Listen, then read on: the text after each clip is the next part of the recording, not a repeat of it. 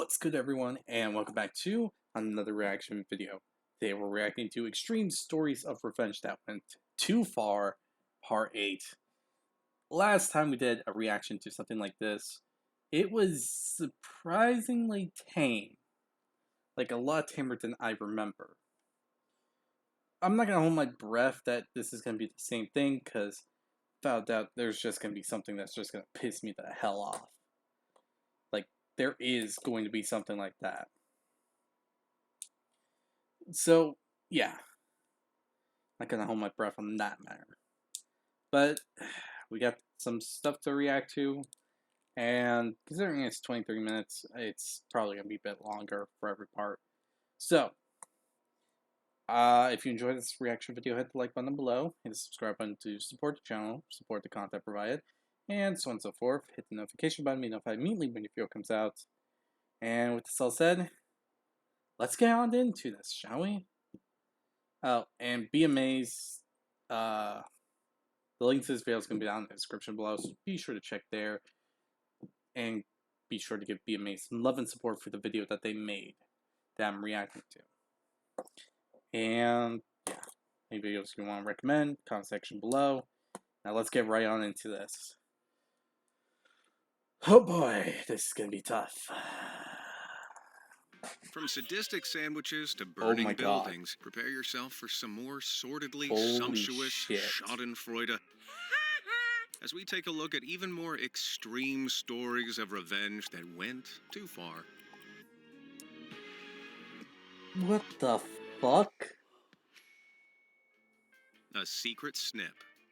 Reddit user A Quiet Borderline posted a diabolical story shared with them by their late friend, who we'll call Nina. Nina was an only child with two loving parents, but they'd had such a difficult pregnancy that her dad had chosen to get a vasectomy after she was born. For a time, everything was great. And then when Nina was in college, her mom was diagnosed with extremely aggressive ovarian cancer. You'd think her husband would be as supportive as he could, right?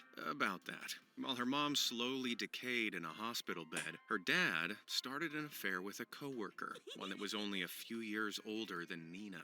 Ew.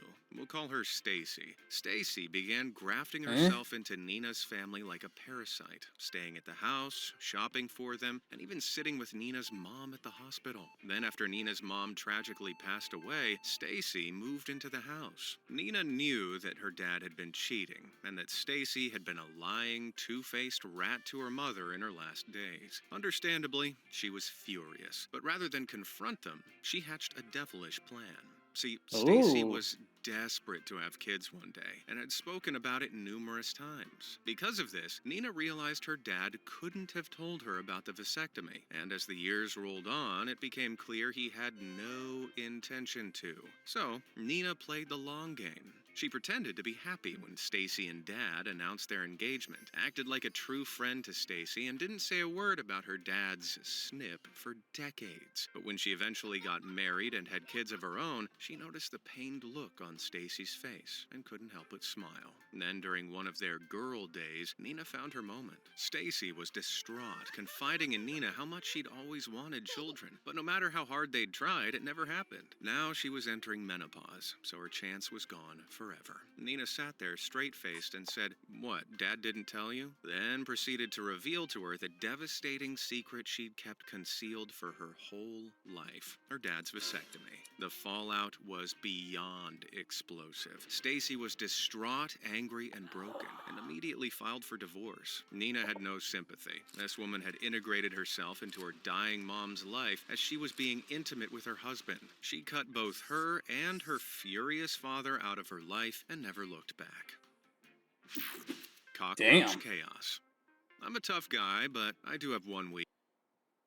Honestly, it's actually well deserved. I'm not gonna lie. That is effed up, in all honesty. And that guy deserved it. And the fact that the woman was legitimately, like, going and just, like, ugh. Honestly, it's a well-deserved thing, in all honesty. weakness, bugs. So this next submission from a viewer I'll call Billy made me pee my pants. Billy was a student at the Hmm. time, and school was organizing a classroom sleepover. The day of the sleepover, he turned up with his pal Kev, who'd brought along a special teddy bear that meant a lot to him. Only thing was, someone else had their eye on the teddy. A bully I'll call Grunkle waited for everyone to leave the classroom before slithering over, picking up the beloved bear, and ripping it in two. Naturally, Kev was distraught. Sure, he could buy a new one, but it wouldn't be the same. Following the heartbreaking incident, the teacher checked the CCTV footage and learned the sorry truth. Shamed, Grunkle was suspended for 3 days. All's well that ends well, right? Wrong. See, over I don't those think 3 so. days, Kev's parents got angry. Really angry. More needed to be done. So, before Oh. school one day, they beckoned their son over and gave him some very specific instructions. He was to place a plastic container inside Grunkle's locker. But not just any Huh? old container, one filled with cockroaches. Nervous but Ooh. excited, Kev took the container and planted it where his parents had told him to. Later that day, when the bully noticed the strange container, curiosity got the better of him and he cracked it open, only to be utterly covered in an army of cockroaches. With a blood-curdling scream, he ran from the room. Poor old Kev was suspended for a month, but Billy reckons it was worth it.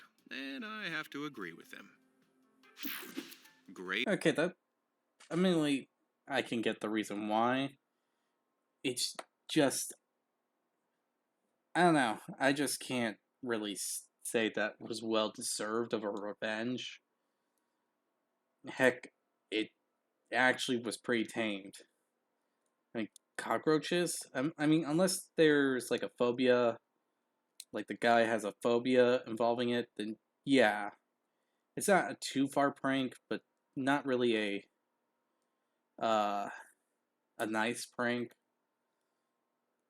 Just in all honesty, it just seems like a normal prank, basically. That's all I can really say on the matter. Hmm. Halls of fire. Sometimes revenge isn't the answer. I know.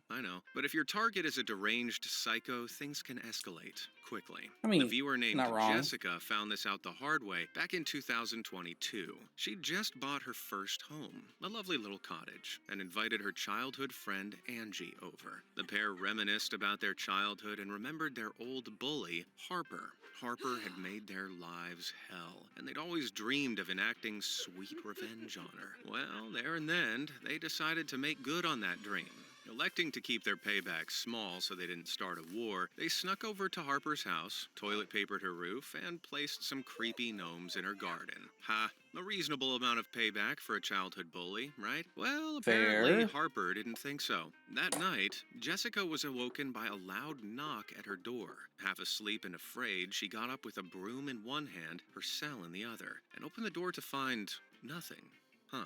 Slowly, she stepped outside to investigate but couldn't see anything. Then the uneasy silence was broken by the piercing sound of her smoke alarm. Jessica sprinted back What? inside to find no other than Harper stood there with a box of matches and a can of gasoline. She must have snuck in after Jessica left the What house. the Instinctively, fuck? Jessica grabbed Harper and sprinted outside just before her cottage exploded into flames. Jeez. That's what I call psycho behavior. Just a shame it was the bad guy that came out on top. If you love the sweet smell of revenge, why not treat yourself to our brand new revenge poster? See what forms of potent payback you can spot around Vengeance Village.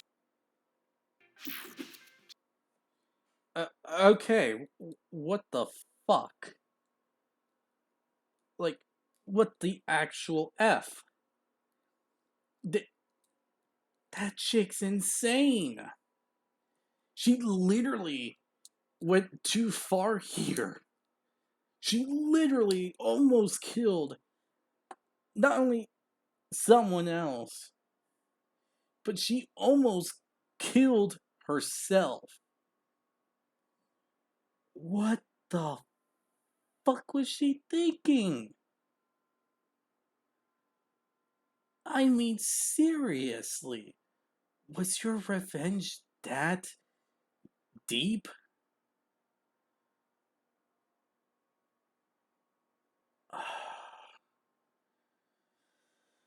Oh my god. Seriously, what the heck is wrong with that woman? Like, seriously. Slot machine mayhem. Gambling is addictive, destructive, and can cause irrevocable damage to your bank account. So it's only Yeah. natural to feel a little salty after losing, right? Well, in Italy in 2013, a man Hmm. named Nura Bregu headed to a bar to try his luck on the slot machines. He lost, then lost again, then lost a whole lot more. Before he realized it, he had no cash left. In fact, bystanders heard him muttering that he'd lost a crippling $5,500 in the last 2 weeks. Holy cow. Blinded with rage, Nura stormed out of the bar. The other patrons carried on with their day as normal, but then unexpectedly, Nura returned. And this time, he was brandishing a friggin' axe. Enraged, the man leapt into a frenzy, smashing and slashing his way through 7 different slot machines, What like some the kind of gambler berserker. Then, his lust for revenge satiated, he clambered over the wreckage of his foes, gave a thumbs up, and waited calmly out front for the cops to arrive. What a king. As far as I'm concerned, those slots had it coming. I I don't know what to say about that. I'm actually at a loss for words. Like, I don't understand. The heck did he. Why? I mean, I get that. Honestly, I know people that have been screwed over by the literal definition of slot machines. And they want to curse out a storm and all that. But really? That that seems a bit excessive. That's excessive, right? Yeah, that's definitely excessive. What the frick? I okay. You know what? No, I'm not gonna try to solve the puzzle that is someone deciding to go crazy on a literal slot machine. I'm not gonna put that into. I'm not gonna think about it. On all honesty, no. So yeah. Let's continue. Sandwich Slayer.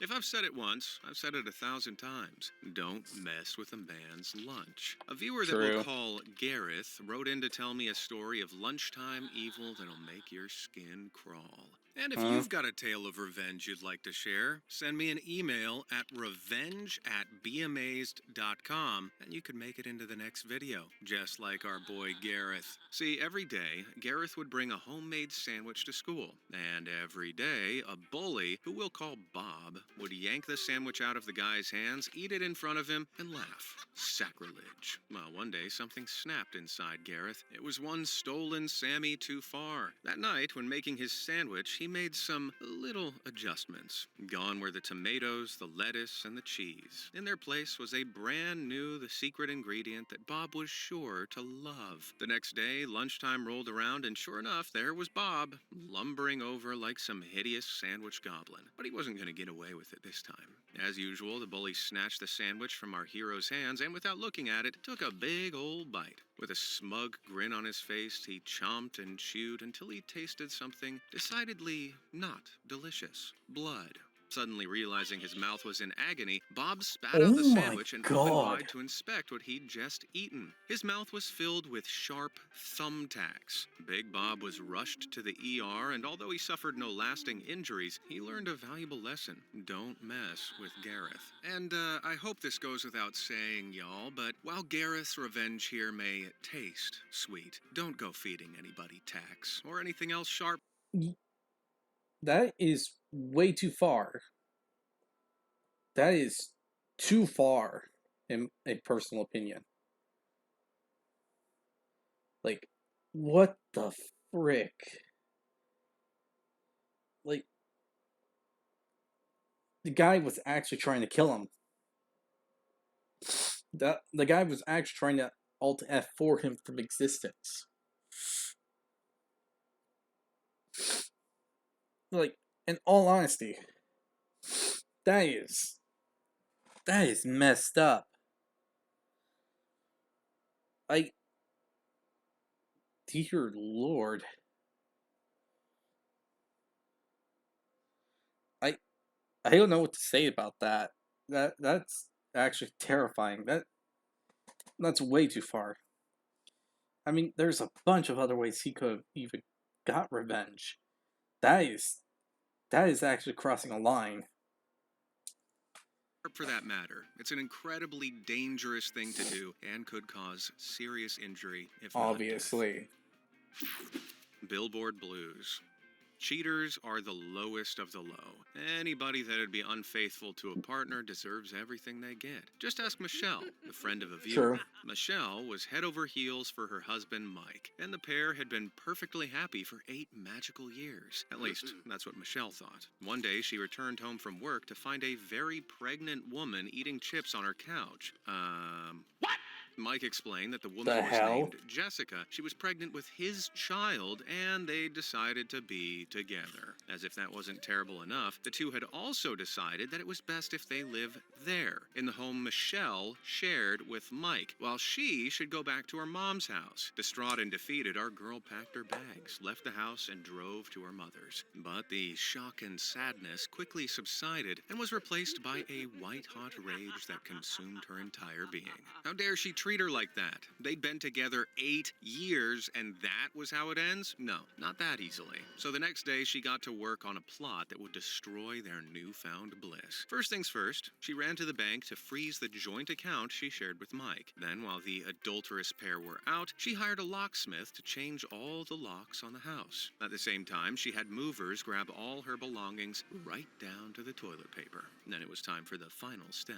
Michelle sent out dozens of invitations to a surprise party at the house the next day to celebrate Mike's new life. And to make sure the party got the attention it deserved, she also took out a huge billboard on the front lawn. Yes, you heard that right. It scathingly read, "Congratulations on leaving me for your pregnant lover, Mike. I hope the baby doesn't inherit your infidelity. Burn."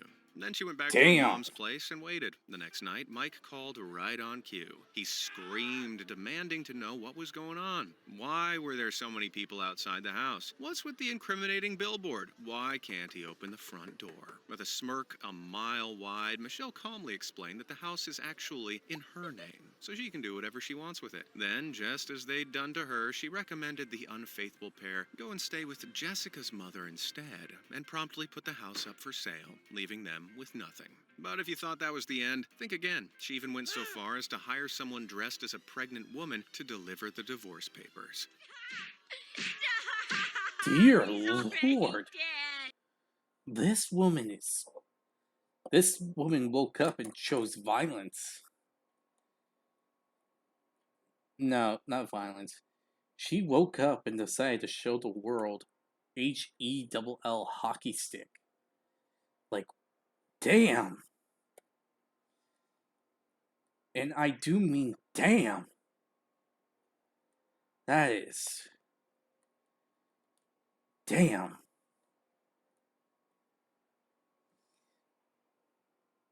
And I do mean damn. This. Okay. That. I'm honestly stunned by this stuff that has just been said. Because, oh my gosh. Waking up and choosing violence is apparently a thing now. Huh. So let's get this straight. Mike had no home and barely any money now that he couldn't access their joint account. But at least he still had Jessica, right? Well, in one final twist to the tale, Michelle received a phone call from her. Sobbing, she apologized for her actions, lamenting that Mike had no means of supporting her now, and she still had a baby on the way. It wasn't looking good for their newfound relationship. Michelle simply informed her that the circus is always looking for new members and hung up, utterly savage. extra tenants. Yeah, she A decided to show longtime the viewer world of the HE channel double called L. Salman is a landlord and started to rent out his property to a young man we'll call Derek. Derek seemed like an upstanding young bachelor, so Salman initially felt good about the arrangement. However, it quickly became apparent that he was actually a total nightmare. He drank and smoked heavily and would smash all the glass bottles on the floor and leave cigarette butts everywhere. As well as the immediate mess, the walls became The stained and the whole hell? place fell into disarray. On top of this, he routinely claimed he didn't have enough money for rent and refused to pay on time. Right. And I suppose all those bottles of booze and packs of ciggies were charitable donations then. As the months dragged on and nothing changed, Salman knew he had to do something. So our landlord lad had a devilish idea. One thing he knew for certain about the terrible tenant was that he was deathly afraid of rodents. With this in mind, our guy took a trip to a local pet store and picked up around 24 mice. Then he informed his What? tenant that he'd be heading into the property to fix some water pipes. In reality, the only thing he'd be fixing was Derek's attitude. Salman hid mice all over the place, then got out of there and waited for the fireworks. Sure enough, he had a call from Derek the next day. Between the high-pitched shrieking, Salman deciphered that his tenant was demanding he do something about the rat infestation. With a chuckle, our man replied he couldn't get rid of the rats because Derek was one himself, so it wouldn't be fair. Following Oh, this, Salman made Derek hand shit. over his keys and he fled the place, never to return. Holy shit. Damn. That is brutal shit. Mm-hmm. You show him up. Salman may not have gotten the rent he was owed, but I'm sure those panicked yelps helped lessen the blow. Ant agonized.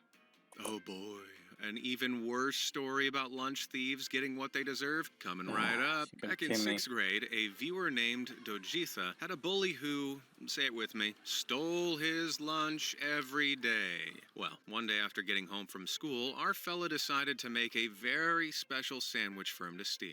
See, his brother kept an ant farm. Surely he wouldn't miss a few, right? So, Dojitha grabbed some of the creepy crawlies and dumped them into his usual sandwich before wrapping the whole thing in saran wrap and putting it in his lunchbox. The next day, the obvious happened. Bully Boy snagged the sandwich, tore open the saran wrap, and chowed down on the stolen snack. At first, he cackled in Dojitha's face, but his expression quickly changed when his tongue started to go numb. Yep, the ants. They were crawling all over his tongue and inside his mouth, viciously biting every bit of flesh they could in a horrific, painful dance. Bursting into tears, he sprinted out of the room. Fantastic. Sweet dreams. I'm sure you've seen those memes about falling asleep first at the sleepover, right? Well, a viewer named Lee experienced it in real life. You see, when he was 14, he became fast friends with a boy named Zach. The duo was Okay. inseparable. And one night, Lee invited Zach over for a sleepover. They had a great time, laughing, playing games, and eating snacks until they eventually settled down to sleep. Lee nodded off quickly, tuckered out from an amazing day. But when he woke up, something felt off. Then, with horror, he realized his head was stuck to his pillow. Turns out, while he was sleeping, Zach had chewed what seemed to be an entire pack of bubble gum and covered his hair in it. Now, Lee had long hair, so all that gum was incredibly painful to try and get out. Yet his house guest only leapt up and started cackling with laughter, shouting, "Gotcha!" But Lee didn't see the funny side. His hair was in such an awful state that it needed to be entirely shaved. Clearly, Zach had different ideas about what was and wasn't reasonable friend behavior. So around a week later, when he asked to come over for a second sleepover, Lee was eager to give him a taste of his own medicine. Like before, the two had a grand old evening before going into bed. This time, Lee waited for Zach to fall asleep before sneaking outside into the neighbor's yard, who he knew owned 2 big dogs. And then he saw what he was looking for, an absolute ton of gross, stinking dog dookie. He carefully slipped it into a bag, then quietly ran back home and placed the stinky treasure on Zach's pillow, just in time to watch him roll over into it. The forbidden chocolate pudding went everywhere. His hair, his face, inside his mouth. As soon as that happened, Lee's poopy pal shot upright with an ear-splitting scream. I can only imagine the horror that was going through his mind. Zach rushed into the bathroom to clean the sloppy excrement from his face and mouth, then called his dad to pick him up. Safe to say the friendship was officially over. Not that Lee cared. Fishy behavior. Oh my gosh, they were brutal to each other. Like, holy shit, man. Like, okay. Uh, uh, I, I don't know what to think of this in all honesty. Like, that is very, very. I don't even know the right word to use here. But that is downright putrid. Okay. That's. Yeah, that's an interesting thing to happen. I always keep my promises. You never know what consequences there could be otherwise. Just ask this next guy.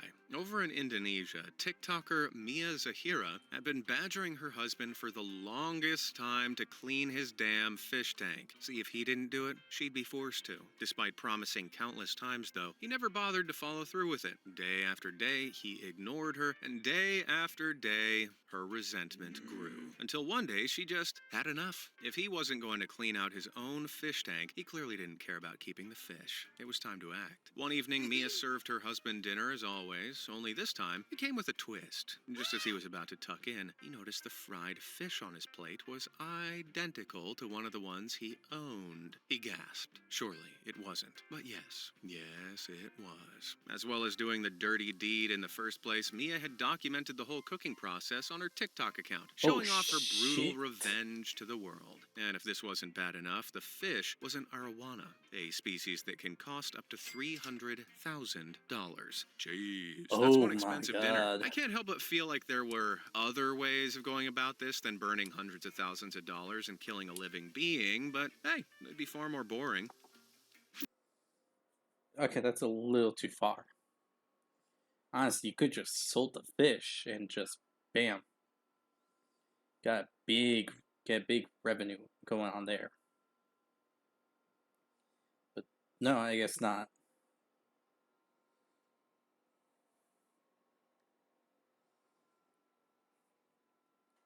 Dear Lord. These revenge stories, I swear. 50-50. Trust me, divorce isn't easy. When the law gets involved, it makes a heartbreaking situation even more difficult. I mean, how the heck are you supposed to divide all your stuff up? Well, if you're anything like a German YouTube user Martin, the answer is excessively. In 2015, he uploaded a video to the site entitled For Laura, thanking her for 12 years together and sarcastically wishing his successor luck. The implication is that Laura cheated on him. Ouch. The rest of the video consists of Martin sawing all of the possessions he shared with Laura perfectly in half. Not the TV. What did it ever do to him? Naturally, a video as crazy as this took the web by storm. Heck, a guy saws the family car in half and folks are gonna take notice. But I'm afraid this tale of post-matrial mayhem isn't all that it seems. Sadly, this is a job for Buzzkill Man. You see, the whole thing was actually a promotional campaign for a German law firm. It was just a way of poking fun at a real issue, divorce, and promoting their service as a more civilized solution. Well, that's something, but it doesn't change the fact that an innocent TV was sacrificed for this ad. Rest in peace, my friend. Bug bombardment. Oh my. Another story of lunch thievery, that's right, but I've saved the Oh my best for gosh, are you last. A viewer serious? named Raphael told me about a school bully he encountered when he was just 6 years old. This bully, called Jacob, wouldn't just steal Okay. his lunches, he'd plunder his favorite toys too. But when Raphael's then 16-year-old cousin found out what he'd been dealing with, he had a devious plan for payback. Big Cuz bought a jumbo-sized one of those surprise eggs that are usually filled with toys and candy, then went to the local pet shop and instead filled it with spiders, beetles, and all manner of other creepy crawlies. Then he gave it to Raphael to bring to school with him. Sure enough, the next day, Jacob immediately noticed the egg and tore it from Raphael's hands, expecting to find goodies inside. On opening it, however, he was met with unspeakable crawling horror. The bully screamed and recoiled, but the wildest part, perhaps in some kind of misguided attempt to get Raphael in trouble, he snapped the egg shut and brought it home to show his parents. You can see where this is going. In a genius move, our boisterous bully opened the egg and all those horrible insects burst forth from Idiot. it. Dad apparently soiled himself, Mom jumped out of the window, and a whole house had to be quarantined while pest exterminators got rid of the insects. For 3 whole weeks, Jacob was out of school, and when he finally returned, he never stole anything from Raphael again. Man, that revenge must have really bugged him. Honestly, it's the kid's fault. He brought it home, tried to get revenge. He screwed everyone else over. That's basically it. Because what the heck were you thinking? Poor doggy.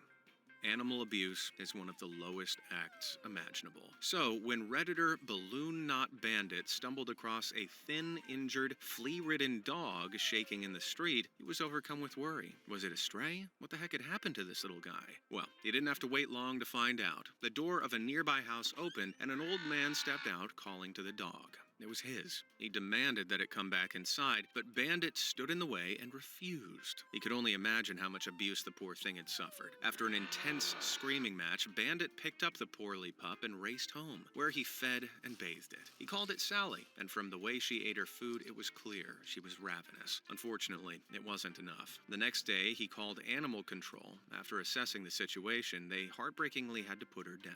She was just too far gone. Bandit was devastated and furious. He needed to make sure that old man suffered for what he did to that poor animal, and he had just the idea. See, the man's house was on the same route he routinely walked his own dog. To begin with, he printed out flyers explaining exactly what the guy had done to poor Sally and put them all in the neighbors' mailboxes. Then the fun began. Twice a day, Bandit would walk his dog, bag up its poop, and throw it directly onto the old guy's roof. This went on so long that the man eventually lost the will to try to remove it all. For a whole year, Bandit made his life hell, coating his roof in an ever-building mountain of stinky dog dew. It was glorious. Eventually, Bandit had to move, but to this day, he still heads back every few months to top up the doo-doo peak. Rest in peace, Sally.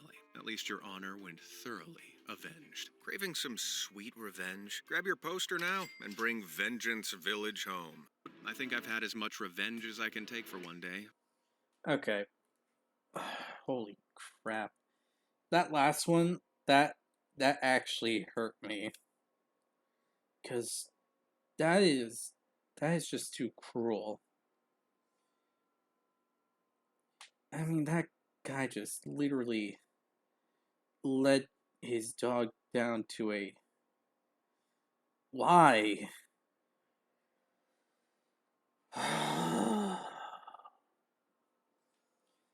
Ugh, that is, in all honesty, the old man kind of deserved it. Cause that is just too cruel for anyone to do.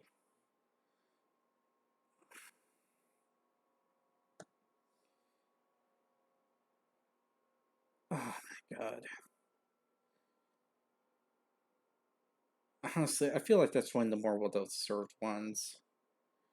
I mean, from the sounds of it, it sounds like pure abuse was involved there. Dear Lord. I hope you all enjoyed this video. I'm gonna need a moment after that last bit. Though the one I have to say is the most well deserved uh revenge story was either the last one or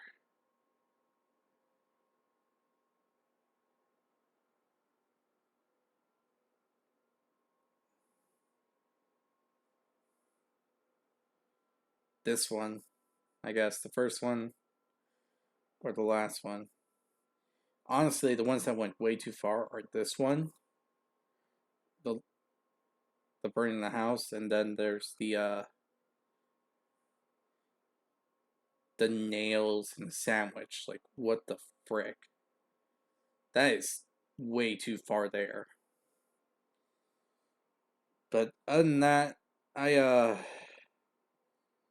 I hope you all enjoy this video. If you did, hit the like button below, hit the subscribe button to support the channel, support the content provided, and so on and so forth. The notification button, if I immediately when the video comes out. But yeah. With this all said, I hope you all enjoy, and I'll see you all in the next video. Bye.